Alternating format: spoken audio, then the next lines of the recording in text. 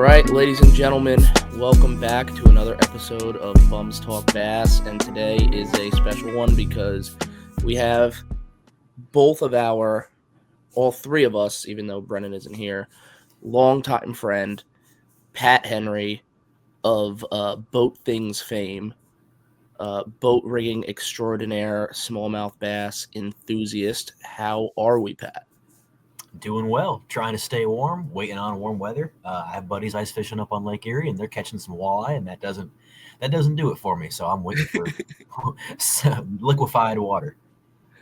Yeah, we've been doing a lot of ice fishing out here, and it's been a reoccurring theme on the past few episodes. How I've been talking about how I'm having quite a bit of fun ice fishing, but it's just not turning my gears the way it used to, and I'm in full derby mode. I was saying to you right before we hopped on this, I've been just doing endless Mississippi River themed studying lately.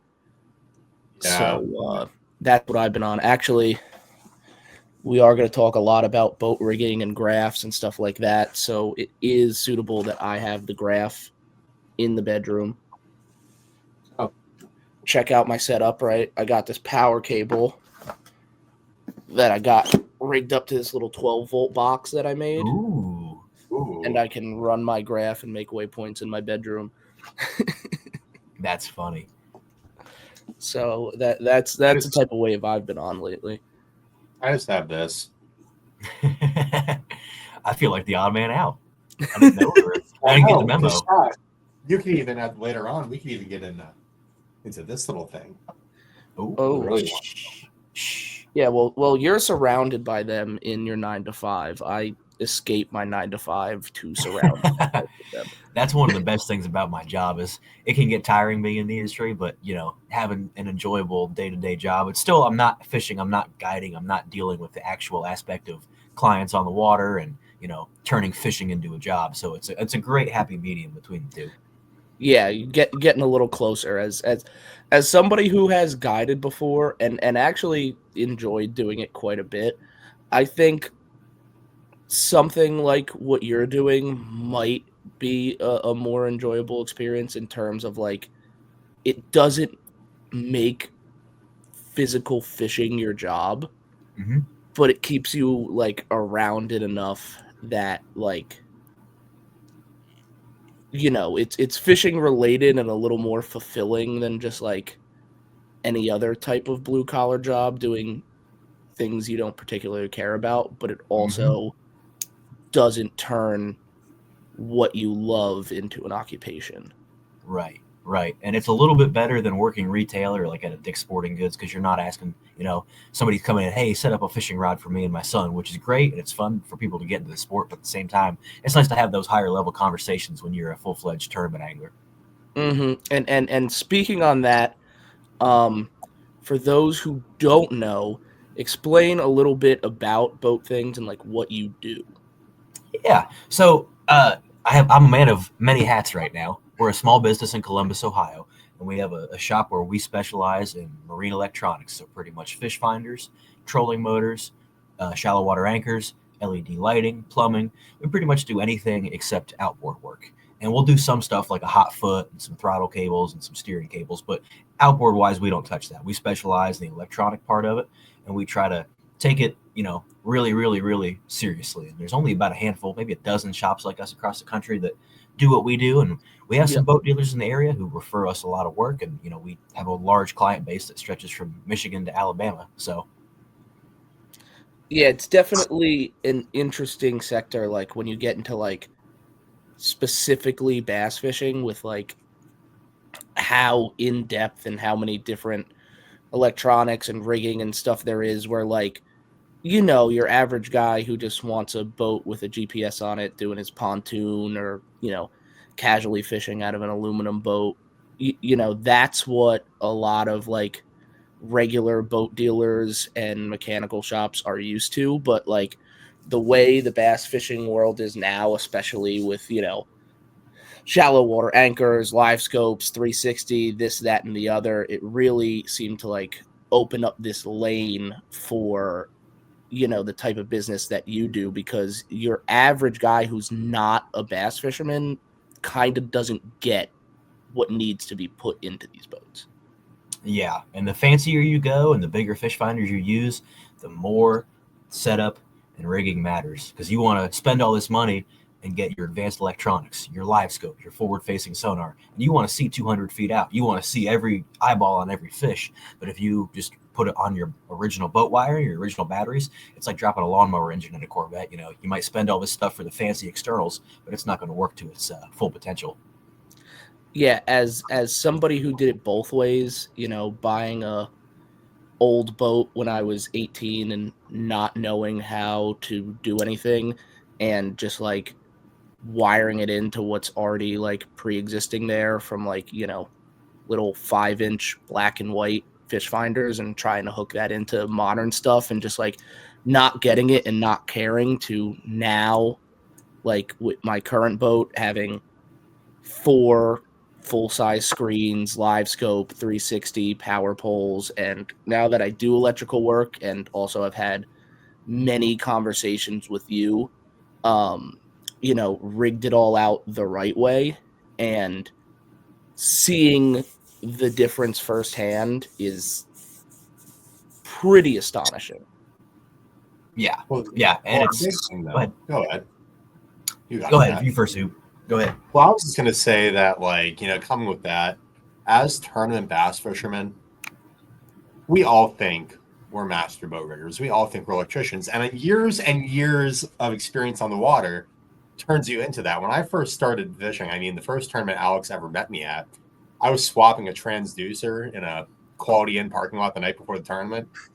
That took me like 4 hours to do, because I had absolutely no idea what I was doing. And it was just a basic, it wasn't even a helix. It was a Humminbird like HDI or whatever it was. Mm-hmm.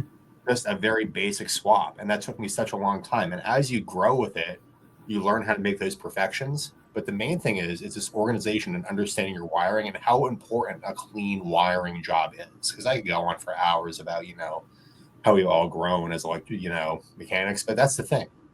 It took us so long, and through so much failure and disgust and agony and just pure torment on the water, especially in some pretty, important situations where you can't be having that time. So how important it is to have, a perfectly clean, organized job. So not only is it done right, so it doesn't break, but when it does break, because let's be honest, it's a boat, things are going to go bad. You can understand where it is. And when that organization and that level of professionalism that, it's offered at Boat Things and these other places, but mainly Boat Things, because they're pretty good at what they do. They're number one.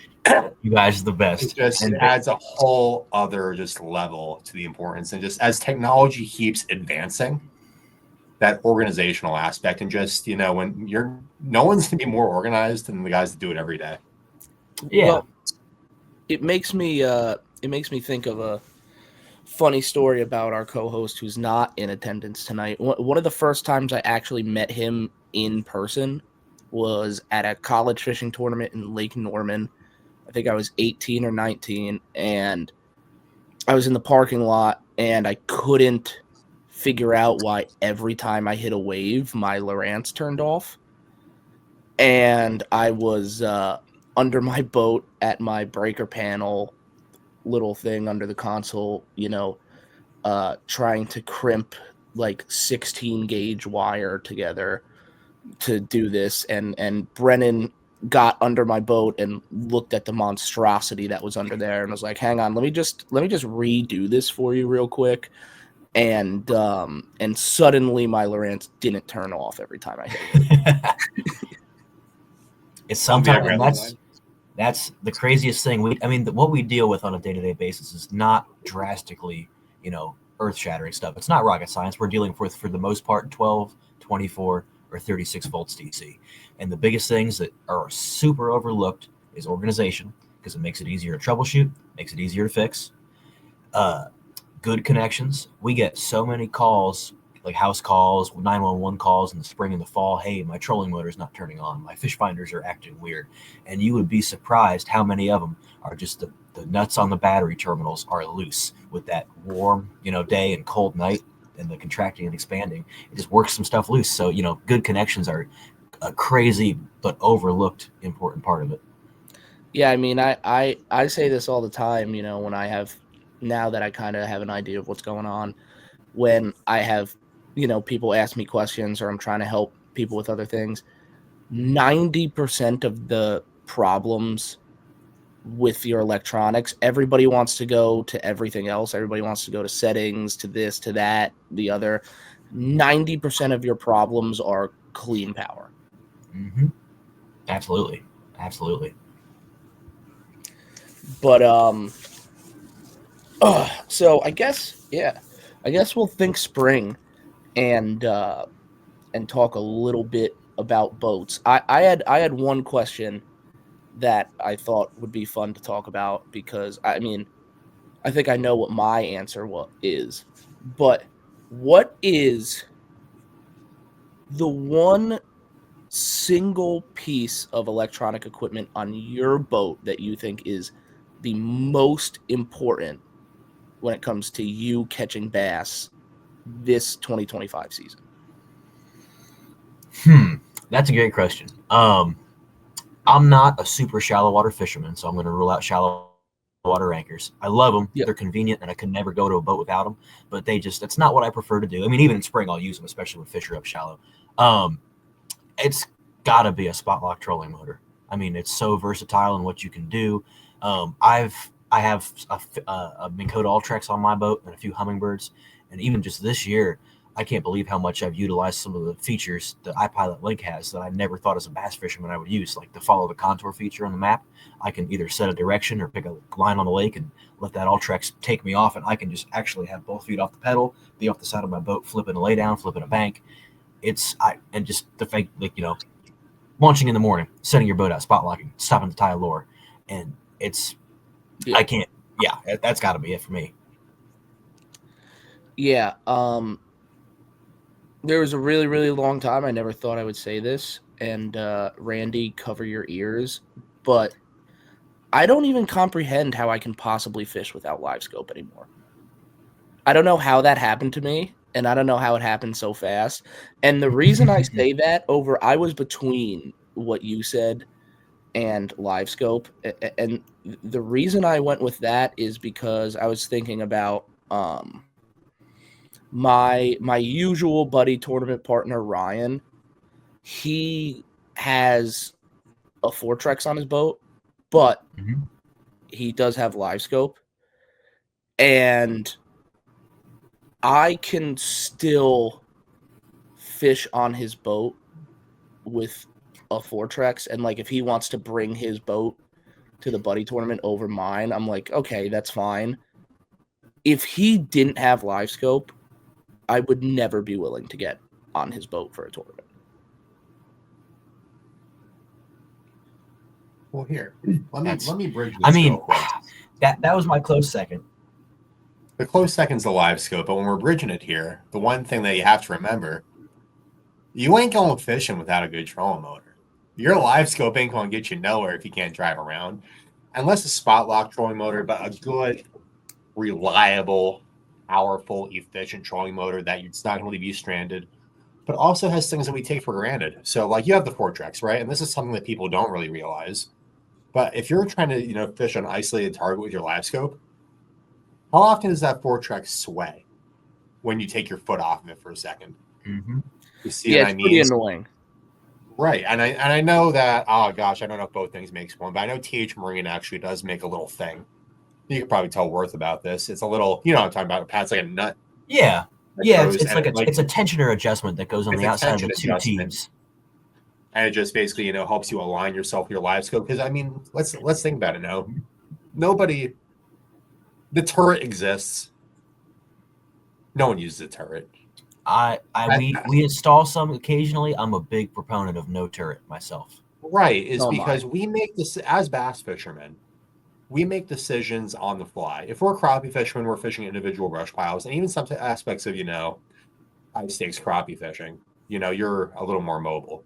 But the turret is good for fishing an isolated target, staying anchored. When you're trying to track a lure, track a movement, track a fish, you need that instant reaction. I mean, that's what Alex is. Alex is so used to the instant reaction now. That's just the way it's going. You feel like if you don't have that, you're missing something. Mm-hmm. And yes, we can go back to the old ways, but why would we when it's not helping us develop and it's not making us the most efficient we can be? And that's the whole point of all this technology. We could all go out there with, a John boat and an oar and go crack at them, but that's not why we do it. We do it to be the most efficient anglers we can be. And the technology that's coming out nowadays is just so important to have that good stuff, that reliable stuff. Because, I keep a Fortrex. I got a Fortrex. Where is it? There's Fortrex right there. There's a couple mounts down there. The Fortrex is such a phenomenal trolling motor. It is so strong. It's reliable. It's bulletproof. It would survive a nuclear meltdown. Have a good cable system. If you don't have something, where you're reliable with your steering. Yep. You can't use your live scope. If you're like I said, your trolling motor strains you, dead. That's game. Yeah, I have a break glass in case of emergency Fortrex strapped in the bed of my truck at all times. Yeah. I have to. I can't remember how many times I've skeleton parts out of my Fortrex mounts to slide back into the Ultrex.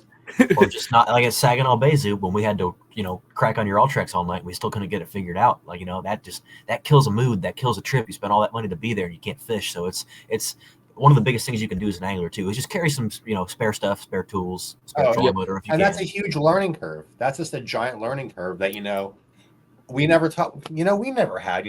These boat rigging services they're new. They didn't have major electronic boat rigging services in the last 10, 20 years. Completely foreign concept. You had your marinas, but you didn't have these people specializing in these electronics. And people, that really specialized in making a good, efficient way to do things, and that's how you learn. Yeah, and part of that too, and why Boat Things is very blessed with a super high reputation, and why we do what we do is the certifications we've had. My boss has been a Minn Kota, Garmin, Motor Guide authorized service mechanic for years, and that's a big part of our game. We service every brand of trolling motor, and that's not something a whole lot of people do around. Some dealers will just service the one trolling motor brand they sell on their boats. We don't care where you got it. We don't care if it's in warranty, out of warranty. We'll fix it, and we're authorized for every trolling motor, every shallow water anchor. And one of the biggest things the last few years has been me and Nick, who has started to work with us. We've gone and gotten NEMA certified, and Jared too, who works part-time, which NEMA is the National Marine Electronics Association. They set the rigging standards for everything electrical in boats, from sailboats to bass boats to yachts. They have standards that you follow and have ways to mount things, ways to wire things, so you don't have problems.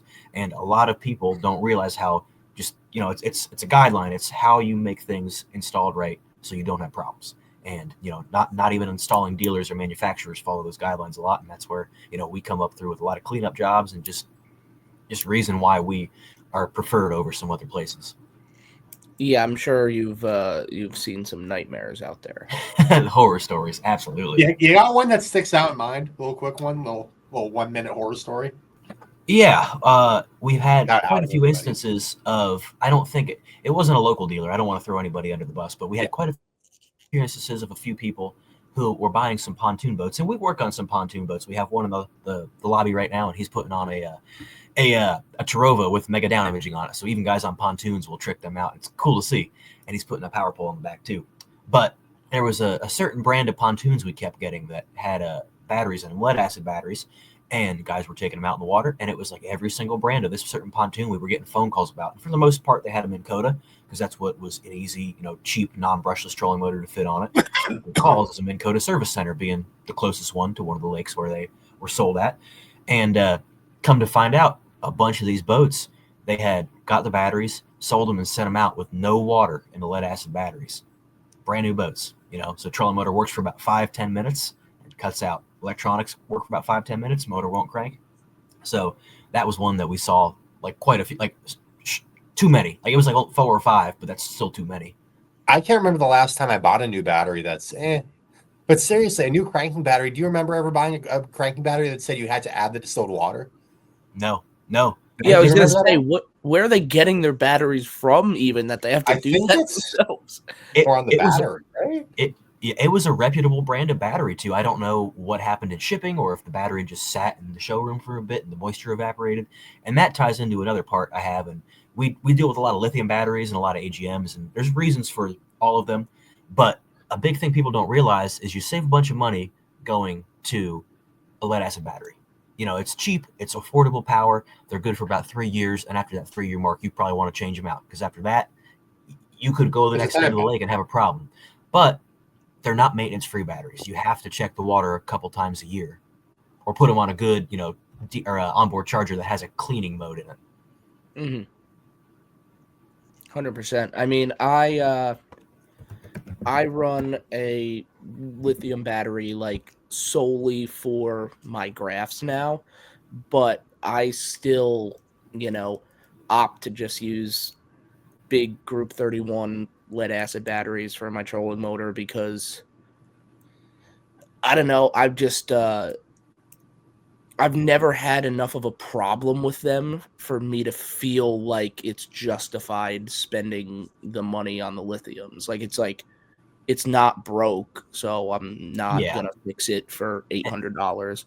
And if you maintain your batteries, they'll last a lifetime. Guys consistently get 5 to 8 years out of lead acid batteries, but with a lead acid battery, you want to have it plugged in quite often when you're off the water. You don't want it to sit not charged for super long periods of time. And people love AGM batteries these too, and they're great. But honestly, if you're using it for a trolling motor perspective, you're better off going to lead acid. It's probably half or less than half the price. Warranties may be comparable, but a lead acid battery in a size 31 has more reserve minutes for that kind of purpose than an AGM does. AGMs are great starting batteries, but a lead acid is actually probably second best to a lithium for trolling motors. Yeah, I've never really messed with AGMs just out of again a similar thing, but it's I don't know, they're way more money than the lead acids, and I don't really understand the benefit of going to why would I if I'm gonna spend more money anyway, I might as well go all the way and go to a lithium. An AGM just seems like a weird middle ground that just doesn't make sense. It's nice because you don't have to check the water typically. That's a big thing. It's like any other part of it. You can price out what you can afford and the benefits and disadvantage of that. So and like you said, you're getting almost some of these lithium or AGM cranking batteries these days. You're getting close to lithium prices, and you get a 3-year warranty instead of 10. So yeah, it's a tougher and tougher buy, especially with all the different lithium options you have now, and a lot of them now are not as ridiculously expensive as it was when they first came out. So it really, I'll get there one day, because I can tell you what, the lithium for my graphs and my electronics, I will never not do that again for the rest of my life. That's always going to be lithium, because that thing has been incredible. But I was thinking before when we were talking about the trolling motors, and I was talking about my buddy Ryan, who has the Fortrex. I am peer pressuring and forcing him into getting a new trolling motor this year, which gives me the question, and this is a genuine question that I have for you, even outside of the scope of podcast. This is a real purchase we're going to make, so I want to know your opinion. I am under the assumption, and correct me if I'm wrong, that it's still Minn Kota Quest is the GOAT, and I shouldn't think about it and just get one of those. I'm very opinionated when it comes to trolling motors and electronics, and I try to not let it be any sort of influence from who sponsors me, who I have fish finders on my boat. I try to be opinionated because I see the stuff every day. I use it, I fix it, and I deal with the companies, so I know what they're going to do when something happens to these trolling motors or these fish finders, and how they're going to act, how they're going to treat you. We've had quite an extensive time with some certain brands, so if I was to pick one, I would pick either the Ultrex Quest or the regular brushed Ultrex, because they still make it. It's still affordable. Yep. It's still a phenomenal motor. They worked all the kinks out they had originally in the first few years. The Quest is amazing. It's a brushless motor. It's super quiet. The steering's better. The mount is a lot better as well. It's beefy. It's a little heavy. So some boats, like your aluminum fishing boats, or Lunds, or even just John boats, you probably don't want a Quest on there. That thing weighs a ton. A normal Ultrex weighs 80, 85 pounds, and a Quest is over 100. So that's one downside. Yeah, I didn't know that. They're beefy. They're very, very beefy. And the current Ultrex and Quest have all the same GPS and iPilot features and one boat network compatibility. So from like a software standpoint, they're exactly the same. And one thing too, everybody likes to get caught up in brushless trolling motors. A brushed trolling motor is louder. It has brushes that make contact as it spins. A brushless has a center rotor that floats in magnets. So there's no friction, there's no heat, it's quieter. Brushed trolling motors are a little bit noisier, but everybody forgets the biggest source of noise under the water is that prop spinning. So whether it's brushless or brushed, it's going to make some noise. There's going to be some extra noise, but is it discernible? It's hard to say. I'm not a fish, so I don't know. I can't say I've had an instance where I think my regular Ultrex has scared fish away that I would have caught with a brushed trolling motor. Mm-hmm. It's also a lot cheaper to repair a brushed trolling motor. You can fix every part of it. You can get a new tube and lower unit for probably installed for about $700-800, and that's the whole motor assembly and shaft. On a brushless trolling motor, like your Ghosts or your Garmin Forces or the Quest, that's probably going to cost you $1,500 plus labor on top of that, and you cannot service a brushless trolling motor. I was going to say, are you totally trolling motor at that point? Almost. It depends. We actually have had quite a few of a certain brand come in that. Oh no, you can say it. You can say it. I don't Fair, care. Right? I'm not a Lowrance fan by any means. Fish finders are just okay. Company does not have good customer service. They don't really treat us right, and for their trolling motors, it's a nightmare. They still don't really have a service manual set up for anything. We call them with an issue. They're like, it could be this. Let me send you a part. So I wait on hold for an hour, talk to somebody. They send us a part, takes a week. We get the part, put it in, doesn't work. They send us another part, another 2 weeks. Then that doesn't work most of the time. Sometimes it does, but really they're just throwing parts at it. They're not actually guessing what the problem is. And then at that point, if it doesn't work, they send a service kit, which is the whole trolling motor to less them out. So when somebody drops a Lowrance Ghost off, we tell them, dude, you're probably looking at 1 to 2 months before you get this motor back. And it's not on us. And at that point, too, most of them are under warranty, and you're spending 3 hours on the phone that you're not getting paid for, trying to talk to somebody. So the Garmin trolling motor, I will say, very, very simple, well-engineered. We've maybe worked on one over the past few years. I don't see a whole lot of them, and I don't know. I think it's just because a lot of people in the area that I'm in are Lowrance people who have used Lowrance for stuff, and, brand matters to a bunch of people. Mm-hmm. But it's a really, really solid trolling motor, and I got to go to Buffalo and tear one down and learn how to fix it. The Power Pole Move, my buddy Alex, who I fish with a lot on Lake Erie, he's got one. That's a really cool trolling motor. It's super lightweight. It's about 50 pounds. So a lot of guys who worry about weight and speed, especially guys in a Phoenix or something, when they go to lithium and take a bunch of weight out of the back, they have, they put a Quest on, they're taking weight out of the back, adding nose weight. They lose 5-10 miles an hour. So it's a really good motor. It's really well thought out.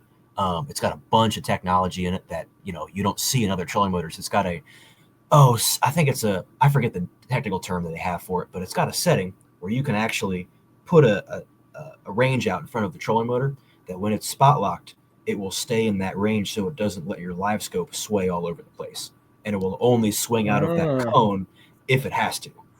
So the other thing about that is the prop on that one spins forward and reverse. I was going to say, Al, this is the best part of that I think about that is with the Move. I used one a while back, and what it has is it has a quick reverse function, and that blows out all the grass. It's stuck on your trolling motor.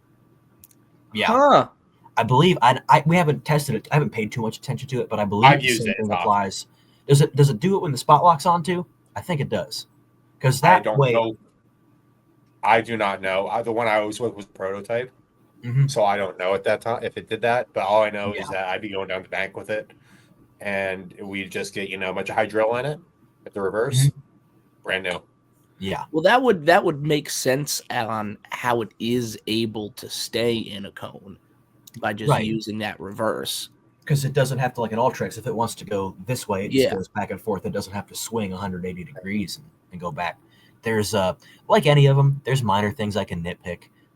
It doesn't have any sort of like bounce buster stabilizer bar on it, and it's lightweight. I've heard that one before. Fishing, we've put some on. We put the TH Marine locking troll tamer on some. Okay. One thing I don't like about it, and it's really, really nitpicky, it's got a rope handle, so it is a magnet for treble hooks that are on the front deck. So, but it's powerful. Their customer service is great. I've never seen one. I've never used one.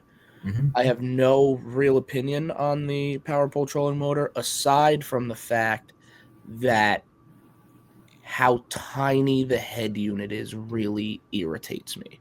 Anybody who uses live scope almost has a pointer on it too. It's Yeah, hard. With that rounded head shape. I've seen videos of it, and I'm like, I don't know which way this thing is pointing. Yep. I'm not gonna lie. It's such a stupid thing, and it's such an easy fix. But that's what I think about every time. I think it's an ugly trolling motor. I do. I mean, it works, sure. but I don't like it personally. Yeah. I think power pole is a better name for a trolling motor than a shallow water anchor. I think it makes more sense. Right. It kind of does, yeah.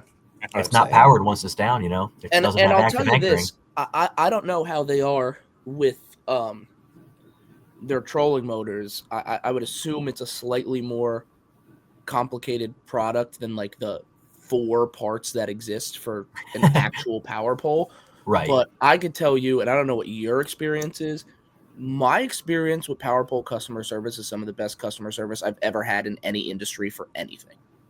I don't know how they stay in business. They give stuff out left and right. Like They're we don't. Unbelievable. We're a warranty center for them. We do warranty work, and we're certified to work on stuff out of warranty. We don't make any money on power pole stuff aside from the original sale, just because, you know, if we don't ask for the parts, the customer asks, and they're sending them the parts. So yeah, like for free or like half price, you know.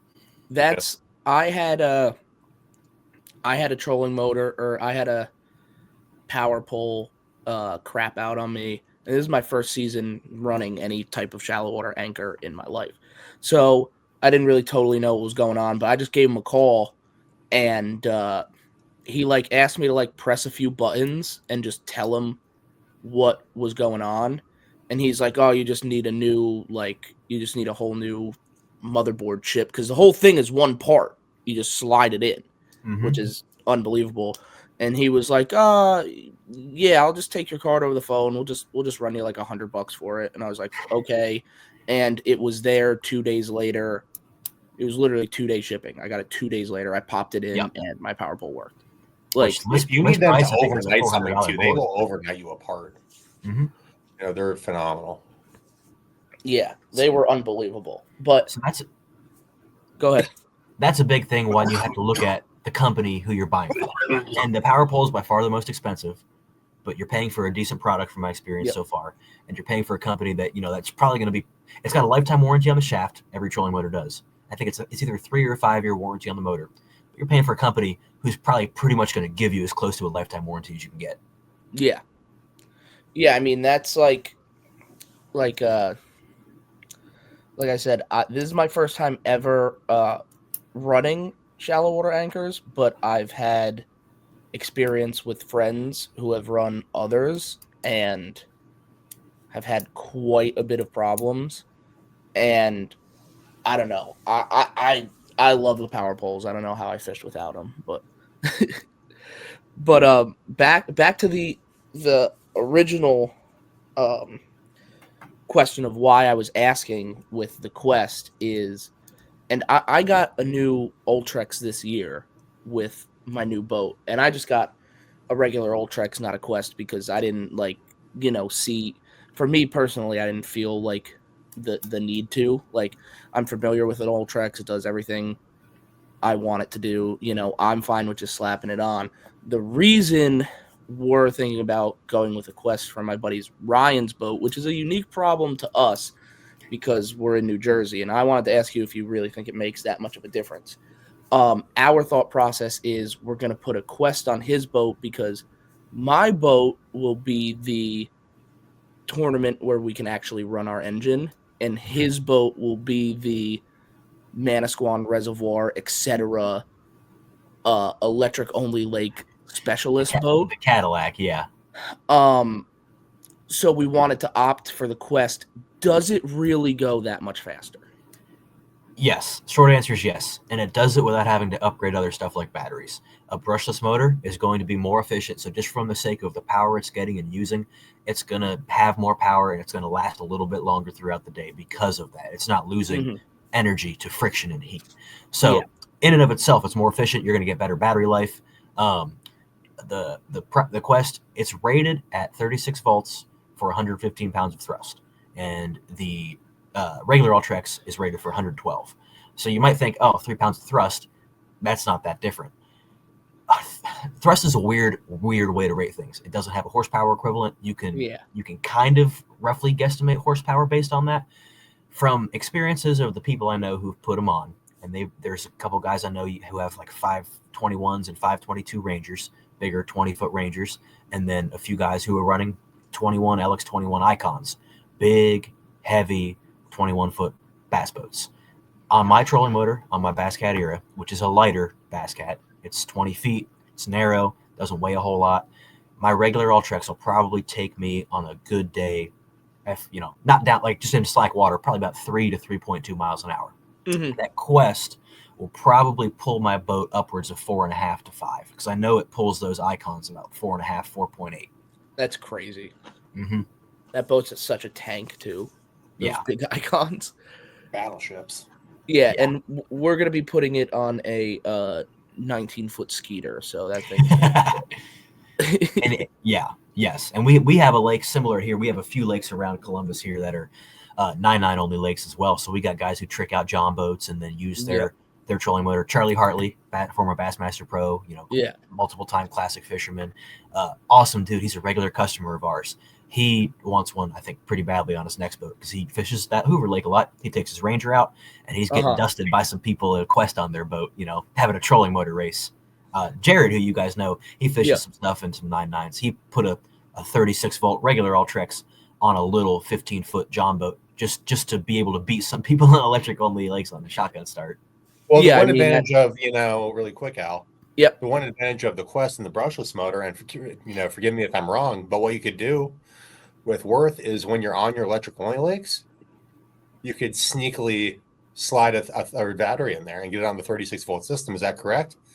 And then when he's back on his normal, on, let's say, a normal tournament fishery where he's going to be bouncing around more, and he doesn't feel like having a 36-volt system in there the entire time, it could run on a 24 or a 36. So, if he just wants, the 80-pound thrust and he doesn't feel like adding a new battery tray, if you're just electric only and you want that more thrust, all you have to do is another jumper wire. You don't have to, swap the motor. Yeah. Absolutely.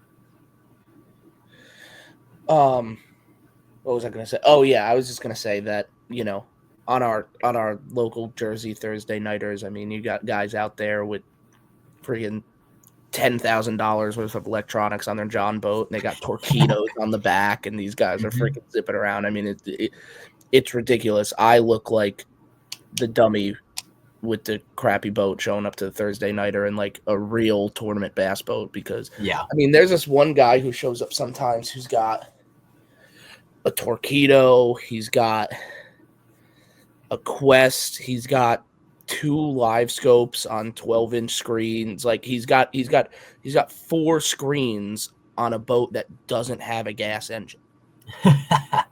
That's wild. And I guess one feature too to tie back into what we talked about earlier, and me saying I want the spot lock trolling motor, you saying you want the live scope, tying it all together too. One of the last features of a lot of the trolling motors is the steering system in them. And same reason I don't like turrets a lot. Turrets are very, what's the word I'm looking for? There's lag in the control. Yeah. It's a Bluetooth connection. They They spin at 1 RPM, so you can't do a quick spin or quick point. They oversteer a lot because it's not that instantaneous feedback. Another reason for especially people who use live scope a lot is to have an actual true cable or hybrid cable steer trolling motor like the Quest or the regular Ultrex. The Lowrance one, even though it has a cord going from the pedal to the motor, there's no steering cables. Those are just power cables and data cables. It is a Bluetooth pedal.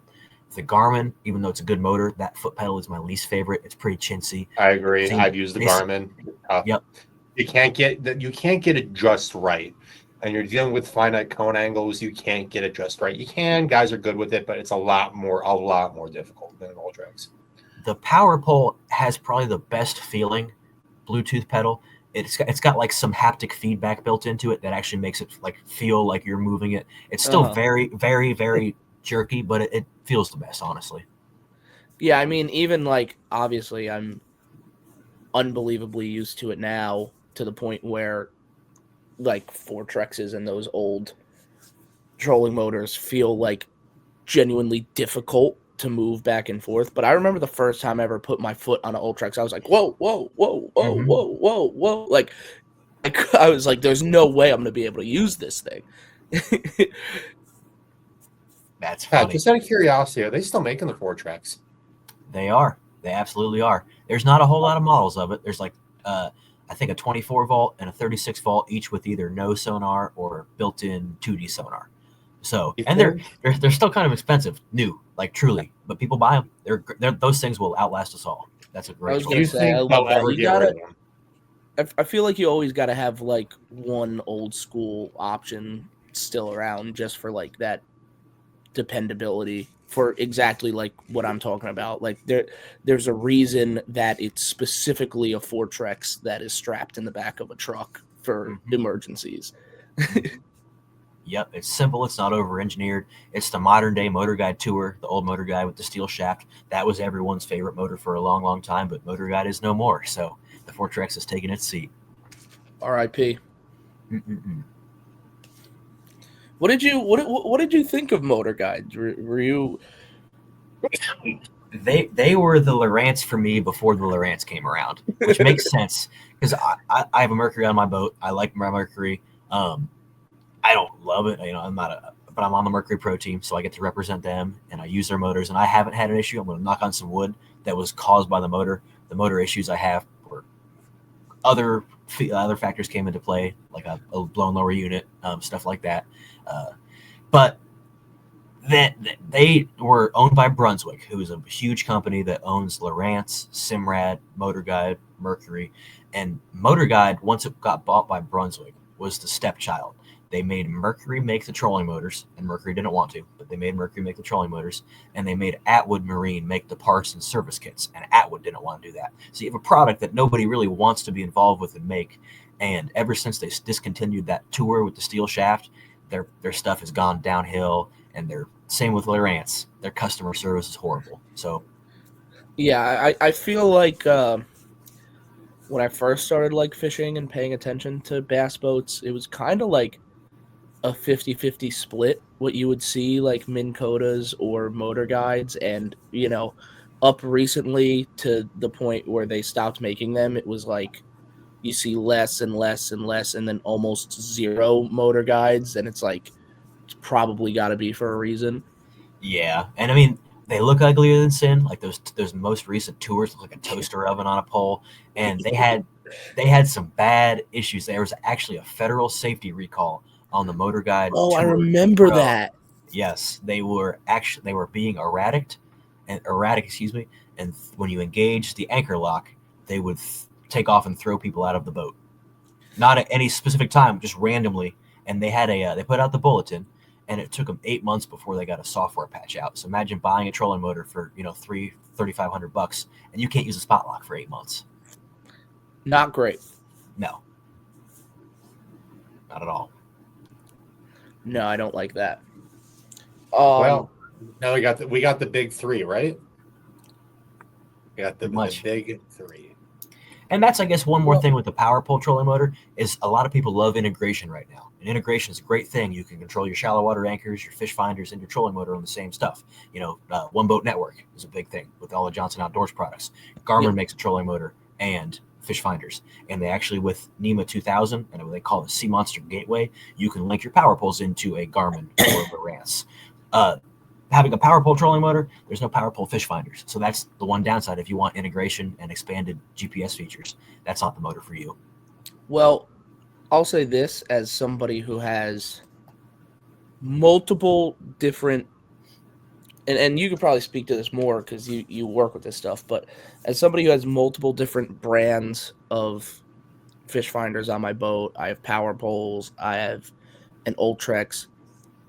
I've never really understood like why you need to have all of that stuff like linked up together on a graph screen. Like all my stuff is fine like without it. Like I have multiple different brands. They talk to each other. That's cool. Like I don't need to I don't feel like you get that much out of that to warrant like not putting something on your boat over that. Yeah, it all comes down to how much is convenience and added features worth the price tag. And I have it's like why would you put two 12-inch fish finders at your console when one will do the job fine?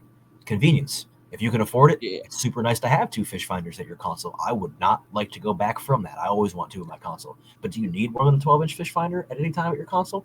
Probably not.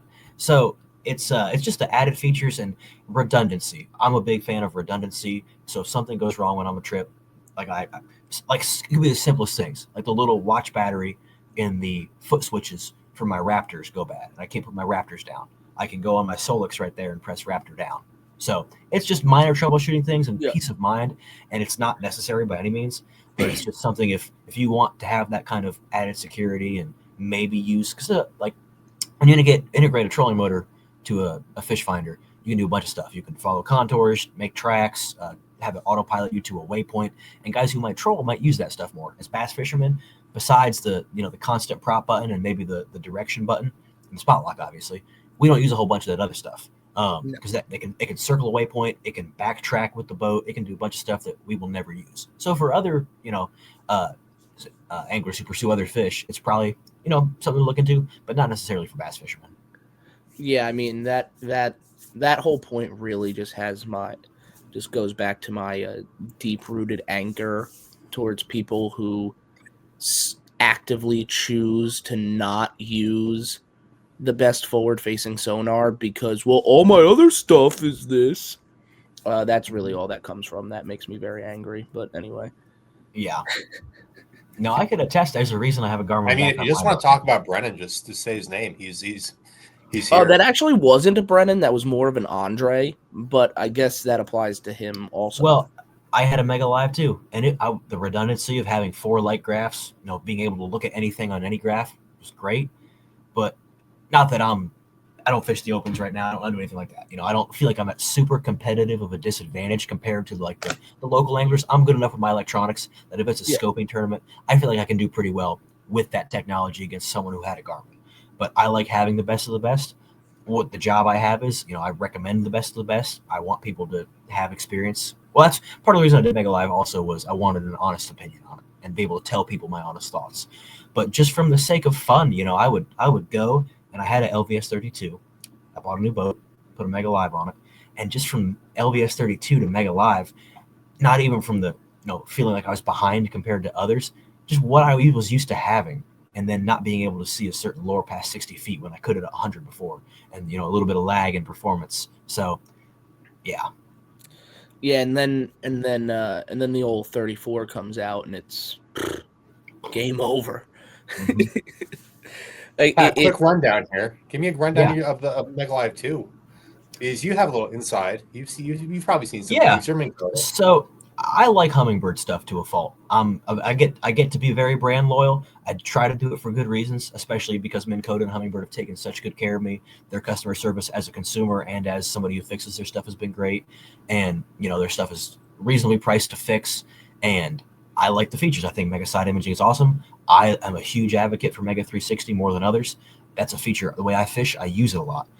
Mega Live 2 and the Mega Live had some good aspects to it. It was the simplest to install because it doesn't have a black box. A lot of people like that.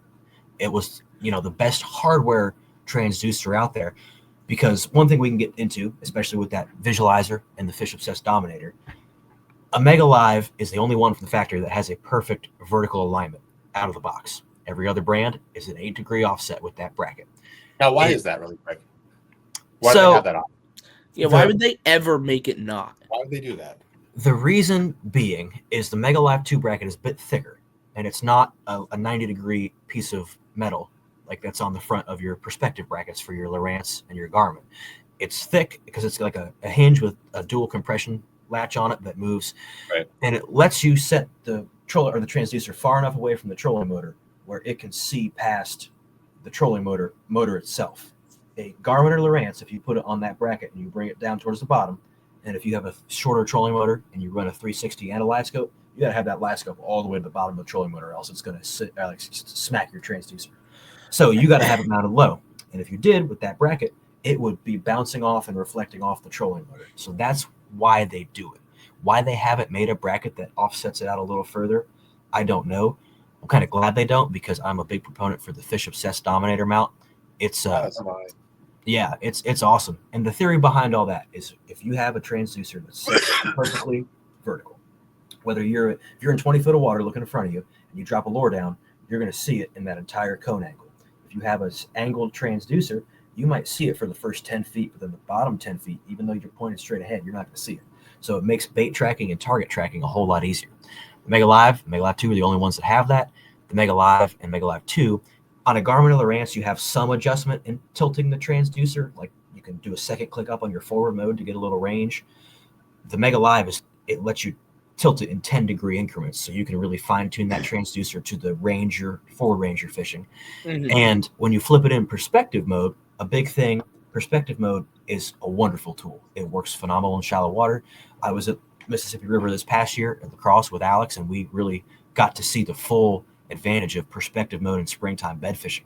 When you're in 4 foot of water and it's chocolate milk and you can't see, and you can actually point your trolling motor, find a bed, and see a fish circling it or see a fish locked on it. That is such an incredible tool. But that perspective mode on a Lowrance and a Garmin, because that bracket is bent at 90 degrees plus that 8-degree offset, it's locked into that angle. So if you fish anything deeper than 15 foot of water, that transducer is not tilted down far enough to see what's right below you. So that Fish Obsessed mount and the Mega Live are the only two that you can actually fine tune to the depth of what you're fishing. Now, how effectively can you fish that deep? What's the, as of now, let's say, any type of forward-facing sonar, if you're going to put it towards perspective, what's the maximum depth you could really be efficient with? So the way I only use mine in shallow water, and I have the ability to, because I like my 360. I use my 360 more when I'm in deep water. It's less hassle. And with that Fish Obsessed mount, it's got spring-loaded. It's spring-loaded. That's what I'm looking for. So you just turn it on precisely. There's no knobs that can fall out or back out. It's set in piece, and when you install it, I have a video about that on my YouTube channel. You do it with a torque wrench, and you put everything to a certain torque spec to be by the book. And that way it locks in to perfectly 90 degrees flat, 90 degrees vertical every time. Alex does not have a Mega 360. He has some Garmin's and an NBT on the front of his boat. And when we fish Lake Erie together, the Western Basin's not super deep, but when we get into Canada around Pelee Island, we'll see depths of 28 to 32 feet. And he runs one locked in the forward mode all the time on the non-dominated version. It's just an offset mount Fish Obsessed makes to see over the trolling motor, and then one on that mount in permanent perspective. And he will move it with the depth, and it's worked up to 30 feet pretty well. Pretty well. I can't say more than that. Actually, I have a screenshot from Eric from Penn State, who he sent me a picture of his active target with a Dominator at 32 feet, and you can see boulders crystal clear. It was awesome. I think he was at Presque Isle when he took it. Oh, he was on. Okay. Interesting. I think so. Yeah, I'll share the screenshot with you guys, but yeah, it looked great. Yeah, that's a big thing. Because, you see so many guys nowadays going from, not everybody can run a 360. I mean, if you're talking at the professional aspect, not everybody can run a 360. You see a lot of guys, because the main advantage of the 360 is you don't have to worry about that depth. And forgive me, guys, for some reason I got a little bit of a cough. But just when does that, dual forward sonar become inefficient? And just those small tools like that Fish Obsessed that can just really, be good. And you kind of answer that after that 30-foot range. Right. And I guess the one downside to it, it's not a full 360. A good feature of the 360 is what's going on around you all the time. If you're scoping fish in forward mode, your perspective is still pointing to where you're scoping, so you don't get that feedback of what's around you. More for a team tournament sake, if you have a cutting of fishes out of the back, you can network your graphs and pull up a 360. So if you're fishing just the consoles and forward, you can blow up the front half of your screen on your front graph, fish that. Back angler can blow up the back half on his screen, or the whole thing, and cast at targets, that he normally couldn't see, or if you were fishing with live scope, he couldn't see either. I guess the dual live scope option is a great avenue for somebody who doesn't want to get a standalone Humminbird. I've had many talks about this. My preferred setup is to run a Humminbird at the console with Mega side imaging, because I think that's the best side imaging. The Humminbird 2D is not that great. It's gotten better. Garmin 2D is really, really good. Lowrance 2D is really, really good. But my biggest thing, I love side imaging. So I want the unit that's best at side imaging. With the Solix, Apex, and the new Explorers, Hummingbird's waypoint management got a lot better. And I'm a fairly organized person. So it's a unit comparable to the Garmin's now, and the Lowrances. Easy to use. Helixes are great, but they're a little clunky. They're an old operating system, and it's a pain to manage waypoints. Yep. And the biggest thing you want is a graph at your console that matches a graph at your bow. So you can share waypoints. That's an unbelievably overlooked feature. Marking a waypoint outside imaging, go into your bow, and then having to guess or go back to your console and look to see where it is.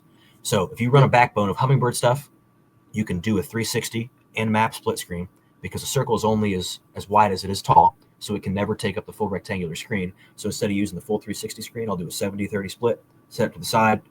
It's still full size and have a sliver of mapping. So I've condensed 2 units down to 1, and then I have my standalone live scope. So guys who run Lowrance backbones or Garmin backbones for all their GPS and mapping data, you have to have a third standalone Hummingbird up front just for 360. So the perspective mode as a second live scope is a great option for that. Well, what I did, this year when I bought my new boat, I decided I was going to actually, for the first time in my life, it's like, okay, I'm spending all this money on a boat. I'm going to buy everything that I actually want, and for the first time, I'm going to actually do it all the way.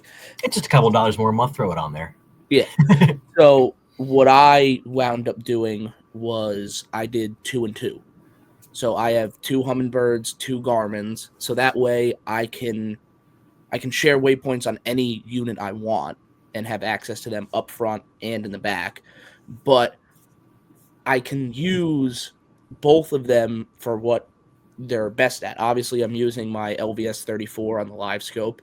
I have a Mega Live on my Hummingbird up front. I do the same thing that you just described, the 70-30 split with a little bit of map, because at the end of the day, that Mega Side imaging is still the best there is, and that's where most of my waypoints at the console are probably coming from.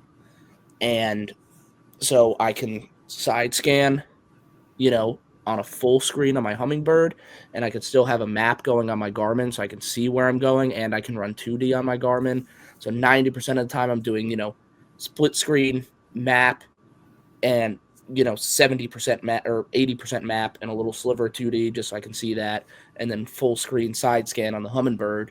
And then I'm doing full screen live scope up front and then 70-30 on the 360 and the map, which has been like an incredible, mind-blowing, made my life so much easier experience this year, because as you guys know, I mean, I was running like 7-inch original Lowrance Elite TIs on my old boat. Like, I had nothing going on.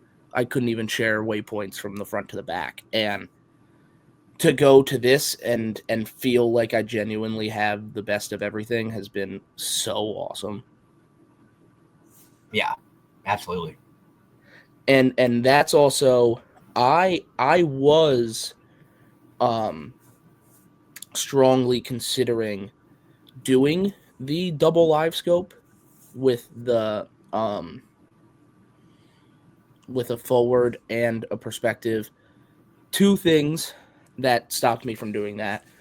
One, that Mega Side Scan is so important to me that I still would be keeping a bird up front, so that would be forcing me to add a 5th graph, because I would not get rid of that bird up front just from a waypoint management standpoint. Which I'm honestly fine with. And the reason I wanted the perspective is, like, I never had a 360. I've fished on a lot of people's boats with 360 for a lot of years, but I now have like a live scope wired brain, and like I'm just so impatient now, like waiting for that thing to spin around. Like, I want the immediate, like, live, I can actually see the fish swimming around in perspective. Speed up. But crank that speed, make that thing woo. Yeah, but then it doesn't look as good. But yeah. The real reason why I did wind up going with the 360 over a perspective is, well, one, obviously it's like way cheaper for me to just buy the 360 transducer. I already have the electronics to run it. But 2, and the most important thing, was, as somebody who does fish Bassmaster tournaments, going to the national championship again and probably fishing the opens pretty soon. I'm not allowed to run 2 live scopes anymore. Yeah. So now I can get that landscape perspective 360 view and still be able to like fish all the tournaments I want. Like spending all that money on that. Al, you're allowed to run 2 live scopes. What? You're allowed to run 2 live scopes. Isn't that correct? Well, Elite Series rules. The Elite Series rules. No, I don't think you are. I think it is 1. I don't know. So I guess that's one thing. I don't know how with 2. I think it's 2 total though. I think you have 2 forward transducers, and isn't that how it is? I just saw some guy's boat get rigged like today. And he had 2. You can have the 360 falls into right. You can have 1 of each. You can only have 2. Combined beams. Well, and that's why I've always hated the term forward-facing sonar, because any transducer can be forward-facing. The term live sonar is much better. I'm glad they made that distinction when they came out with those rules. Yeah, they essentially they didn't put like a term on it. They released like an actual list of like what are the products that are on this. And I'm also thinking about it from a standpoint of like, potentially fishing different major league fishing tournaments, and just with like also how often and how fluid the rule changes seem to be on this stuff. I don't want to invest another $4,000 into something that they're going to tell me I have to take off my boat next year. Yeah. It's only going to get worse as it trickles down to the local level. We're dealing with that right now. A lot of guys in the area who fish BFLs have actually made appointments to get their boats unrigged from live scope. So that's something, you're paying a few $100 for a live scope install, and then the accessories for it. You're paying for the live scope itself and the fish finder, and then you got to take it off. So you want to kind of set yourself up to be in the rules of what you think your organization is going to follow. And we have a local Tuesday night tournament series here, and the guy who runs it's considering limiting it. There's 20 of them throughout the year. The first 10 you're allowed to use live scope. The second 10 you're not allowed to use live scope. And he has no idea yet how he wants to police that. There's no partial ban, in my opinion, is ever going to work, because there's too much room for error. He said, just take the transducers off. I'm not unrigging my wires clean. Like I can't, and it's the cord is all the way back to the black box. I'm not pulling that out. So I'm not just taking it off and setting it on my deck either and letting havoc happen and a wire get crimped. And I mean, I've had these discussions with multiple local tournament organizations, and also like, in the off season, you were seeing it blow up on all the BFL Facebook groups and stuff, and people talking about this, that, and the other. And what it really comes down to is you can do what you want, but if your tournament is telling me I have to remove my live scope transducer, I just won't be fishing that tournament. Yeah. Like I'm not doing it. I'm not doing that.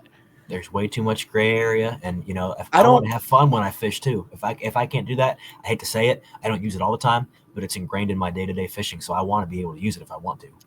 And I don't have a problem with not using my live scope, like even though I have talked for about an hour about how much I love it. I still want to point out that comes from a genuine perspective of like, a big part of me does kind of wish it was just never a thing. Like, I do feel like now that I'm really good at it, I think this gap has closed. But especially at first, I felt like I performed better in a pre-live scope world. Like, I think if it's a one-on-one, if you take the live scope away or put the live scope on, I probably have a better chance of winning that one-on-one with no live scope. I think that was I don't know. It was a cooler, potentially funner time that I think about. But now that it's here, like, I'm going to get good at it because I have to. And now that I am good at it, and it's such a part of my fishing, and it's so much more than just, like, I'm out in 30 feet of water chasing blobs, like, pinging them. It's so much more than that. It's honestly, I think a lot of people who don't use it a lot don't realize how little of it is actually that, and how much of it is like, I can see where the drop off actually is. I can see where the grass starts. I can see that rock pile. I can tell where I'm going. Like, it just gives me a better idea of what's around me and what I'm looking at. And like, even when it's not a situation of, oh, there's the fish, let me drop it on his head. Ooh, oh, I'm on the Elite Series. Even when it's not that, and it's just like, it's just how my brain is wired now to be able to make a map of the bottom of the lake. That's why I love fishing offshore. I like fishing stuff that I can't see. I love the mental challenge and puzzle of piecing together what's underneath me. Same way guys love fishing laydowns and stuff. They like to fish what they can see. I like to figure out what's beneath me and what I can't see. And again, okay. Yeah, like I said, I am coming off as a bit of a fanboy here, but I'm a shallow water fisherman. I do the live scope thing a lot because I've forced myself to like get good at it. But last year, I don't want to make this sound like a bragging thing, but I don't know how else to put it. I won the New Jersey Angler of the Year, and I didn't catch a single fish on live scope. As a matter of fact, I didn't catch a single fish deeper than 5 feet of water in any of those tournaments all year. That's how I want to fish if I can. If I can get away with it, that's how I'm fishing every time. But the fact of the matter is, in the year 2025, when you're fishing different locations, if you're actually fishing real tournaments and traveling and going places, you can't get away with that all the time. Nope. I try my hardest to get away with it, but you can't. You can't. You cannot compete on a real serious level if you don't have at the very least like a middle of the road ability to use your live scope. You can't. Nope. I really don't think it's possible. There's too much variation. You're going to have that inevitable spotted bass lake or smallmouth lake or just a late summer lake with largemouth that are offshore suspended or something. So if you want to win AOYs, if you want to do well, make the elites, you have to get good with it. And you are constantly around forward-facing solar technology. You're constantly around all the tech. What's the biggest thing that you can have in your boat right now that you would just, is that game changer? Live scope's that game changer, but what can you put on that boat to really make that, what's your must-have? Are you baiting a visualizer answer right here? Is that what you're baiting? No, I'm not. No, I genuinely want to know. Like, he's around genuinely everything. I know if he wants to plug his product, he can. But I want to know, because you can get everything stock, or even if it's just stock, what's the one thing you need to have in your boat right now to be a competitive angler? I'll put the visualizer at second. But the biggest thing, it all goes back to simple things. Good voltage. Good voltage does so much stuff for sonar. Even just performance with the fish finders. There's comparisons out there. A Garmin, you can actually, I think the safe operating range is 8 to 30 volts. So a lot of guys will run a 24 volt battery for their Garmin. And I think it's Russell Marine Products has a side-by-side comparison video. It's not a huge difference. It's not earth-shattering. Not everybody needs to go out and buy a 24 volt lithium battery, but it is a brighter return. And same thing why the visualizer we'll talk about in a second. If you can keep your voltage consistently above 12 on a live scope, that is great. You're going to get better performance, less lag on the processing, and it's going to be very, very crisp. The more voltage you get, the brighter the targets are going to be, and the more separation you will have amongst. Oh, did we lose him? Pat's mouth hasn't moved for about 5 minutes for me. Hello. Okay, I got his voice. I don't have his face. I mean, I do. That's really handsome right now, but I don't have a moving. I do have his face, but I don't have a moving face. But interesting. As long as I got his voice, it serves the purpose. Talk yeah. Goose. Yeah. But is the audio coming through fine? Yeah, no, you sound fine. Okay. Where did I cut off? You're just staring into my soul. Back on, maybe? Hey, let me try that. Yeah. While I'm doing that, where did I leave off? You're talking about good voltage, Russell Marine. Oh shit! And it's gone. Now we really lost him. Sorry for having an asthma attack earlier. Yeah, I didn't even. You said that. I didn't even catch that. I wasn't doing good.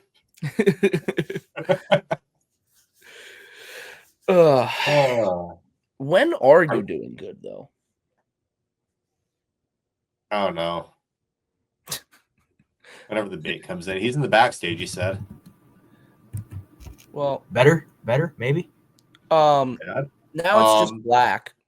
Now you're portraying the Kanye West Donda album cover. Yeah. My internet must be bugging. That's unfortunate. Got that St. Louis internet, not St. Louis. Got that Kansas City internet. St. Louis. Yeah. Whatever. I'm fine with it as long as I can hear you. I don't think anybody is. Can we Photoshop can we draw like a little pat there? Oh, I'll be putting something in there. Don't you worry about that. Here, either do that. I'm gonna try to set up a mobile hotspot real quick too to get something. All right. I'm sure it'll. There were a couple times where you stopped for like a couple seconds and then it came back. I'm sure it will come back at some point here.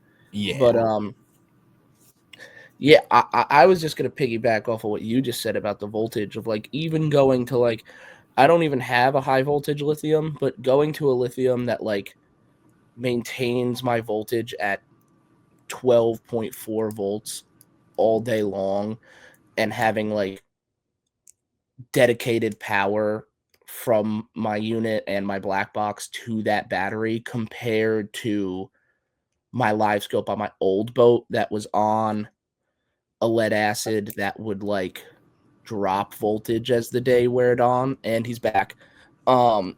That would drop voltage as the day weared on and was in a breaker panel that would, even at full charge, I wasn't getting a full 12.4, which is what I get with my lithium.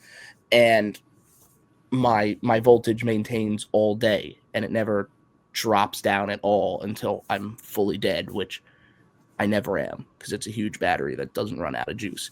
But having that consistent picture at full voltage, like I didn't even understand what I was missing until I saw what it looked like now. Yep. Absolutely. Like I tried a new lithium this year for my, God forbid, ice fishing bundle. I'm shooting 16 volts right now out of the old Garmin.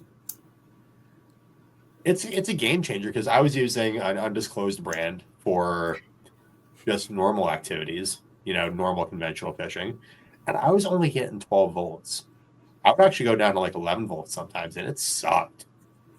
And the picture and returns I'm getting right now with 16 volts, I mean, in all reality, it's really not that much of a shift, but just getting that proper power and then some, just truly, you get the max out of your product. And just knowing that, it is safe to run up to 30, because that's another thing you have to worry about. These are, at the end of the day, these are sensitive components. You don't want to just, hook up a nuclear bomb to these things. You know what I mean? Right. Yeah. And I mean, it is fair to put this disclaimer out there. You can't do that with all of these. This is just a Garmin thing. Don't try it with. Yes. You will have problems. They will probably not want to warranty that either. Yeah. A big thing we see too of just being safe and good simple rigging. I can't believe how many boats come in without their electronics fused. Oh yeah.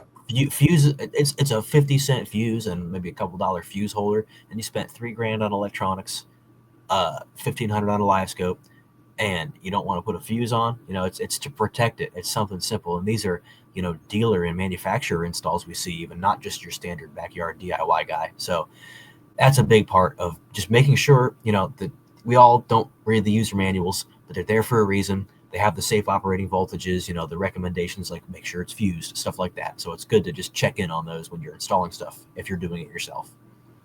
Yeah, and I mean the easiest way to do it when in doubt, and which was a recommendation from my friend here, who told me this many years ago, and I didn't listen to him until I got a new boat. But when in doubt, everything just gets its own dedicated 10 gauge to the back, and just put an inline fuse on there in the back where you can access it, and you're good to go. Yep. Voltage is a big key. Good connections. Isolation's another great key. Shared power. starves everything of itself. When you run from the back of your boat to the front, maybe a 20-foot boat, that might be 25, 30 foot of wire. And if you have small wire and a fish finder that's trying to draw, 3-4 amps up front, it's going to be pulling a lot of juice through that line, and you're going to lose voltage if you don't have big enough wire. Because that's why we do wire harnesses. You'll see C-Clear wire harnesses. We make our own custom ones that go in most boats that we do. The bigger wire you have, the more voltage it supports, the more amps it can draw efficiently up to the front, and it's not going to, give you that bad performance. Symptoms are if you crank your motor and your grass shut off, or you have electronic interference on your screens, it's probably a lack of voltage or a lack of clean power and isolation. Which is why, like I said, I have 4 graphs on my boat, 360, and a live scope, which is why if you looked in the gunnel of my boat, you will see 6 runs of 10 gauge wire going right to the back, because everything gets its own line, at least in my boat. Yep. And we do it custom to how people want it. Some people prefer that. Some people have a little bit more accessible of a console or bow area, so we'll do the fuses by the actual unit. A really popular thing we've been doing is, because a lot of people put their black box in their starboard rod locker, we'll put the black box in the starboard rod locker for their live scope or active target, and then right next to that we'll have a 6-gang fuse block, and we'll run 6 gauge wire or 8 gauge depending on the load from the battery to feed that fuse block, and then the 2 console units will be tied in, and there'll be runs of 10 gauge to the front units to tie those in, and that's one nice central fuse center. Mm-hmm. Yeah, that's a good way to do it too. So speaking of that, what people are listening to this, messing around with their boats. What are the most common things that Joey does at home to fuck his electronics up? That's a great question. Let me think here. The biggest one off the top, and it's not even, I guess it's a marine electronic, is not taking the trolling motor prop off and checking for line or debris behind it. It's similar to your outboard prop. If there can be fishing line that gets into it, especially braid, it will tear up those rubber seals and let water in, and then you have trolling motor problems and need repairs. So getting something simple like the eliminator nut, the G-force eliminator nut, makes it so easy to just take your prop off every time you get off the water and check. Make it part of your checklist as you get the boat on the trailer, just to look. That way you won't have that issue. Biggest way to mess up electronics. Let me see. Just tying into whatever wiring you see in the boat, because you don't know if that's the voltage for your horn, so it'll only get power when you're turning the horn on. You don't know where your connections are in terms of shutoff switch. You probably don't have ample gauge wire. If it's run through a fuse block or circuit breaker panel already, you might be drawing too many amps and blowing that circuit breaker repeatedly. And it's just not good practice. It makes troubleshooting hard. I had one more point off of that, and I'm trying to remember what it was. But that in and of itself is very, very detrimental. And I guess another thing as to why, I remember it now, you want to be able, either whether you have a lithium battery or lead acid, you want to be able to have a kill switch or shutoff switch of some sort on all your electronics. When a Humminbird Helix or a Garmin 126 Ultra is turned off, those aren't drawing any power. So they're not going to run your battery down, but your power poles, your live scope, your other stuff like that, even when it's off, it's still on. It's in a standby mode, drawing a minimal amount of power, waiting to be woken up and used. So if you don't have shutoff switches, your battery's going to be drawn down. So overlooking that, like same thing, breaker for a trolling motor. Most people don't put a breaker on their trolling motor wiring. Most people don't put a sufficient breaker in. A lot of factories will use a insufficient breaker from the factory. A 50 amp breaker is what you see in most new boats right now. Most every trolling motor out right now draws up to 56 amps. So if you're on speed 9 or 10 and some heavy grass, your trolling motor is going to shut off. The breaker's going to pop and you got to reset it. So another thing why shutoff switches are so important on your trolling motor or your electronics: one, you save your battery life. Two, when you're charging and you're plugged into the wall and you're connected to shore power or the AC in your house, when you have shutoff switches, preferably at the battery, you cut power from going through your boat entirely. Because if you have things turned on, as you're getting that 40 volts of charge into your trolling motor batteries, or that 14 volts of charge into your starting battery at whatever, 5, 10, 15 amps, that's pushing that juice all throughout the boat. So if there's a short in the wiring, it's going to cause a fire. If there's a surge in the system, it can fry electronics, it can fry a trolling motor. So it's just good practice. Yeah, and a lot of people don't know that about the live scope. You should definitely put a switch on your live scope box because, yes, that thing does run 24/7 if it's connected to your battery. And you don't. I know the active target has like a talker wire system that Mhm. if your graph isn't on, it won't. Does it still look even when your HDS is off if you have the talker wire hooked up properly? That one's such Or a do you not minuscule. trust it? No, we do it anyways just because it's good practice, and we try to follow those NEMA standards I talked about earlier, and that is one. Even from the sake of if that's turned off and not drawing power, you still want a shut-off switch so you're not sending juice to it when you're charging. So the actual wake-up wire does work. It does actually shut off the box until it receives a signal. Conveniently enough, the HDSs, the Elites, the Elite FSs, and I think most every Lowrance uses the same power cable, and they all have a yellow wire.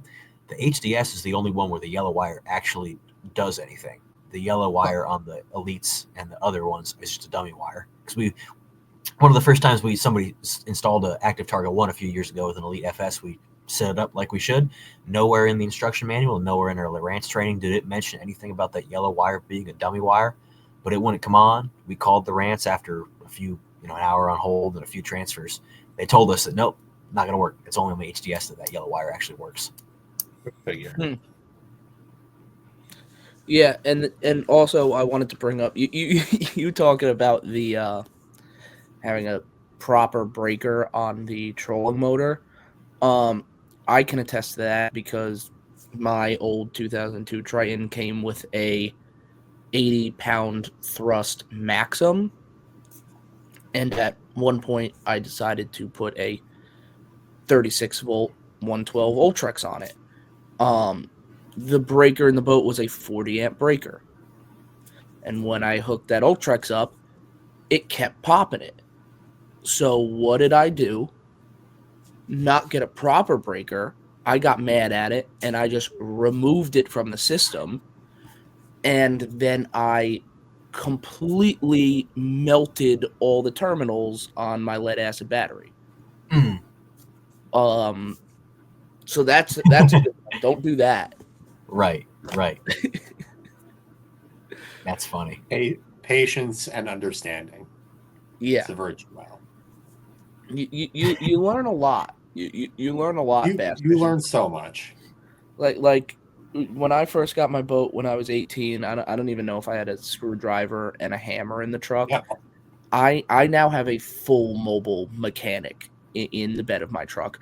I mean, I have spare tires, rims, hubs, bearings, the full 12-pack kit of every power tool they make, every hand tool they make. I have hardware, I have wire, I have connectors, Everything. I have spare fuses, I have everything in the back of my truck. It's actually like it's a West Marine back there.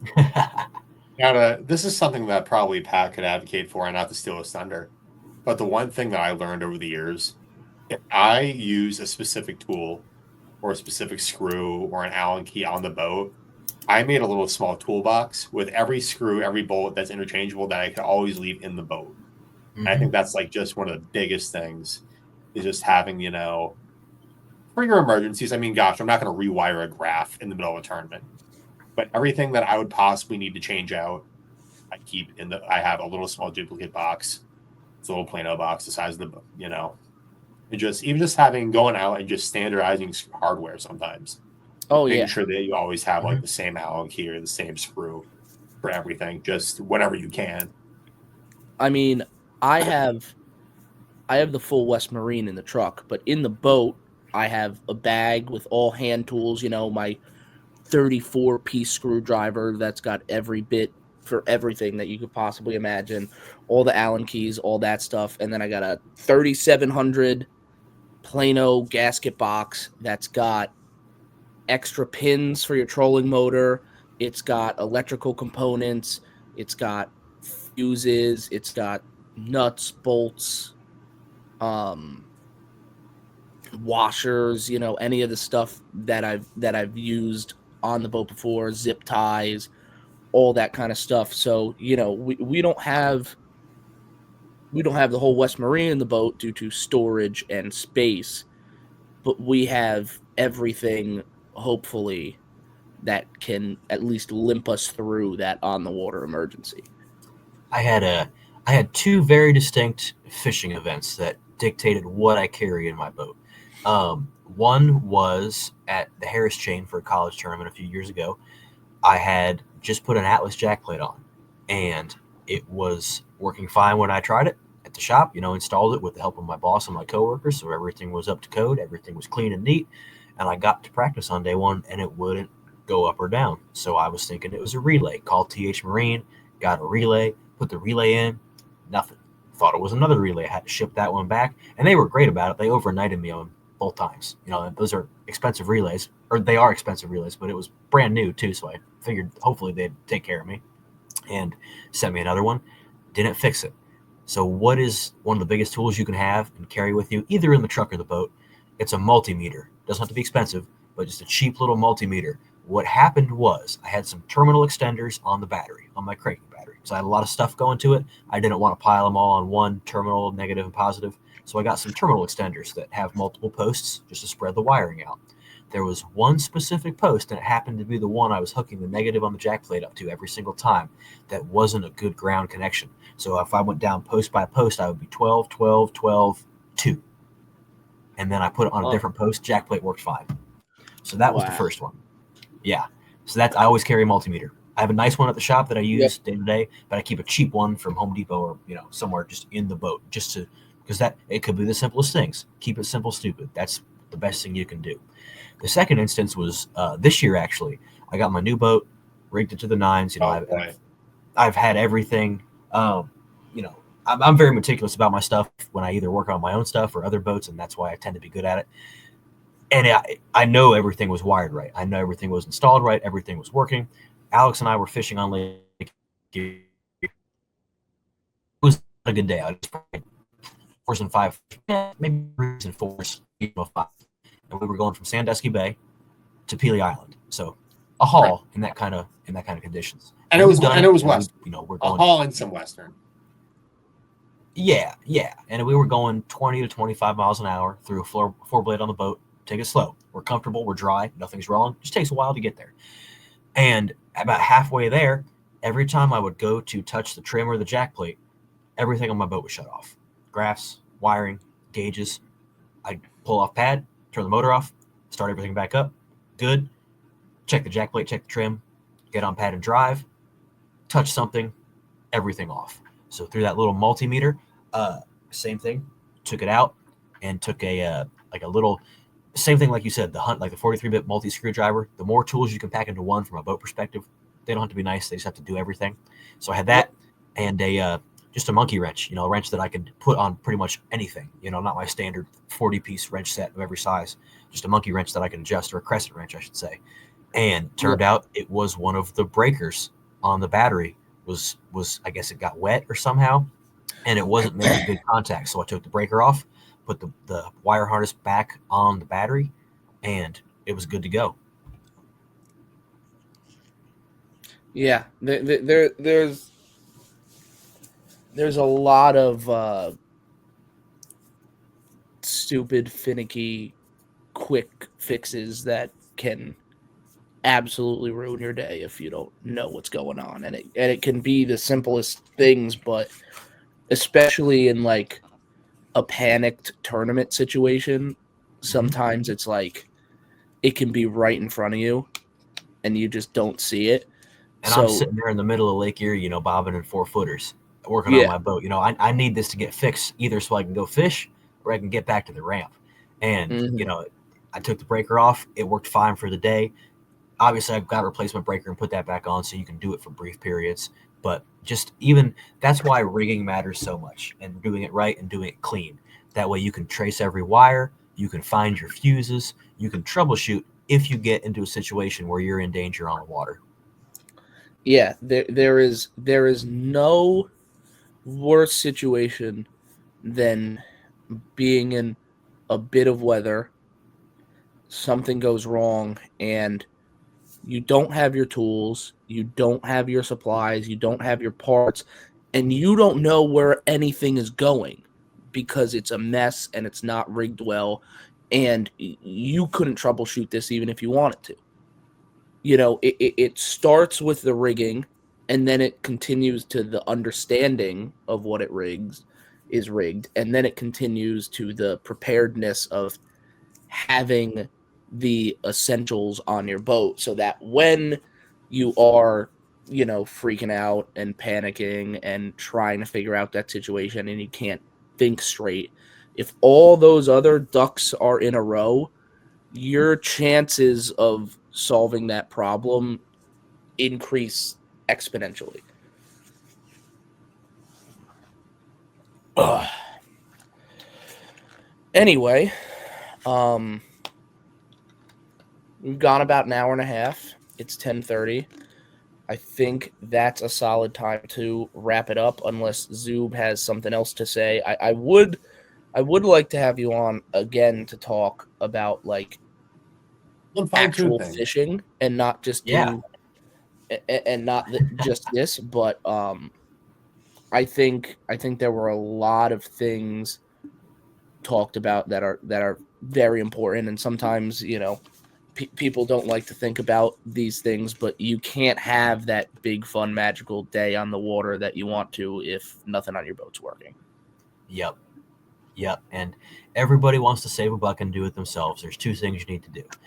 You can save money on the fish finders, and you don't want to go outside of your means by any means, but you want to have stuff that you have that's nice and it's powered and rigged by the right equipment.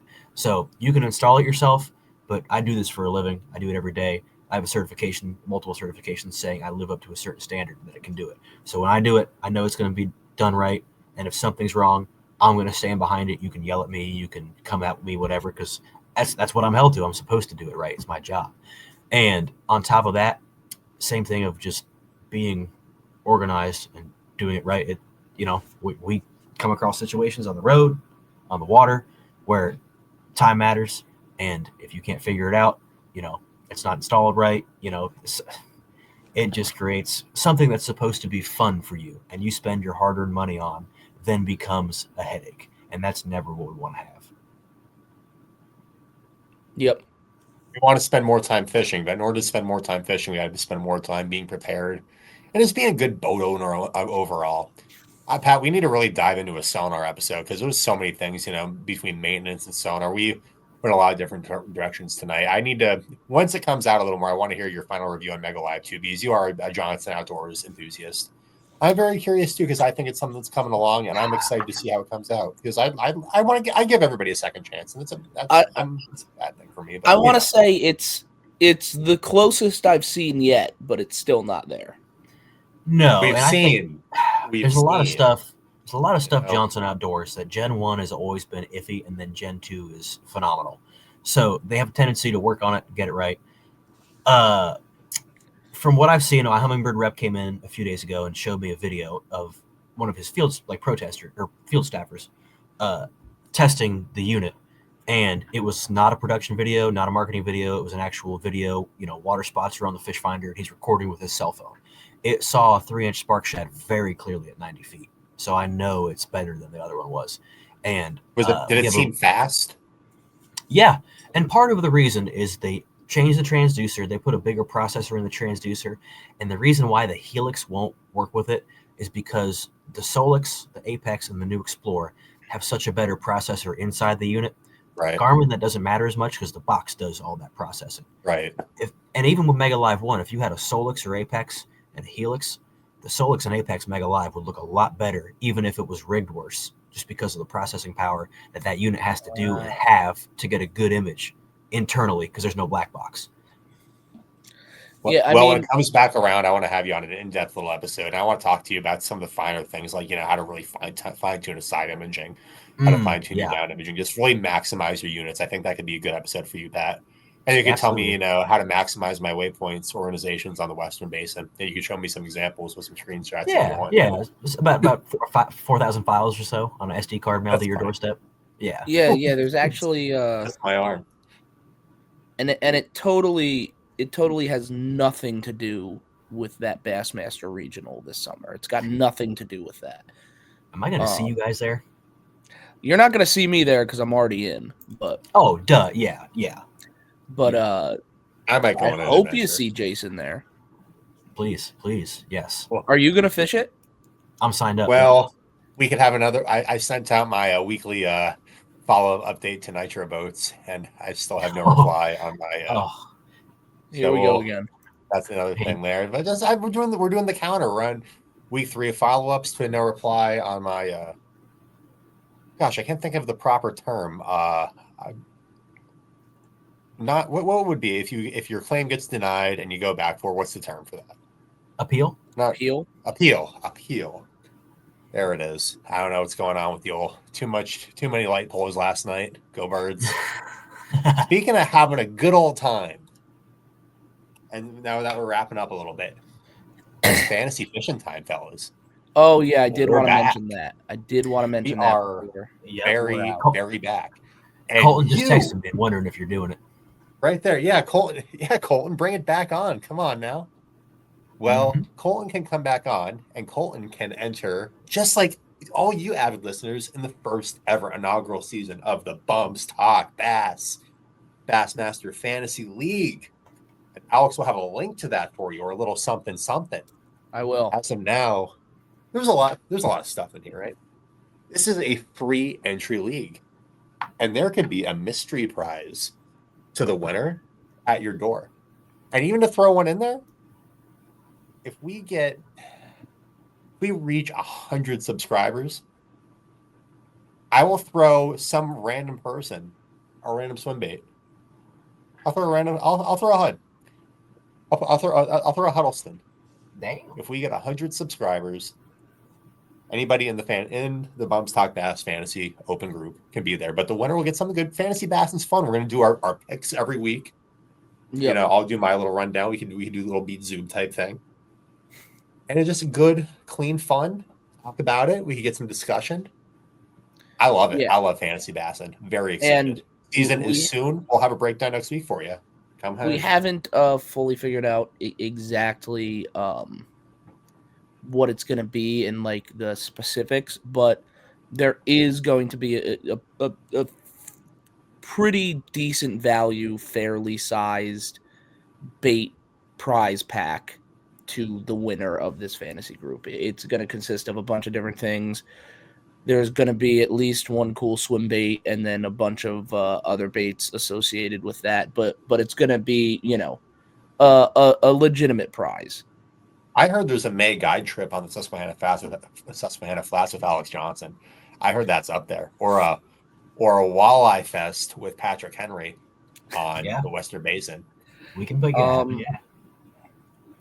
I mean, I'd be willing to raffle a guide trip. I would not be willing to raffle a guide trip on the Susquehanna Flats, but we go somewhere else. Do a guide trip on a backcom. Yeah, we go somewhere else. We're not going there. But I guess we mentioned it briefly, but I guess I'll end it with this because I just genuinely want to know what's the 2025 Pat Henry Lake Erie smallmouth bass report. What are we looking at this year? Are you crushing them or? Hopefully, I'm planning on fishing up there a lot. I haven't got my schedule fully ironed out because I don't know 100% what I'm doing, which is very unlike me because I'm very organized and much of a. Oh no! Oh no! Oh no! You're dead, Pat. You died. We almost made it. It's a mystery. Now it's the opposite. Now I can see him and I can't hear him. Pat, sign language. This big win. Big wins. Give us. Oh, Jameis. All right. Well, that's good a time as any. We're gonna have him on soon before the bass season starts, and we're gonna talk actual bass fishing and go Buckeyes. Hey, seriously, check out Boat Things too, for all of your needs. Seriously, the guys up there are phenomenal. We'll put a We're link gonna down link below. Pat down here, his social medias, contact info, the website for his business, and all that stuff will be down in the description. So thank you guys for tuning in. We will see you guys next week with our Bassmaster Fantasy Fishing preview. Get ready to gamble. And yeah, and all good stuff like that. And we will see Pat back on the program soon. Don't go Thanks to for Lake coming. Erie when this guy's around. You're just donating.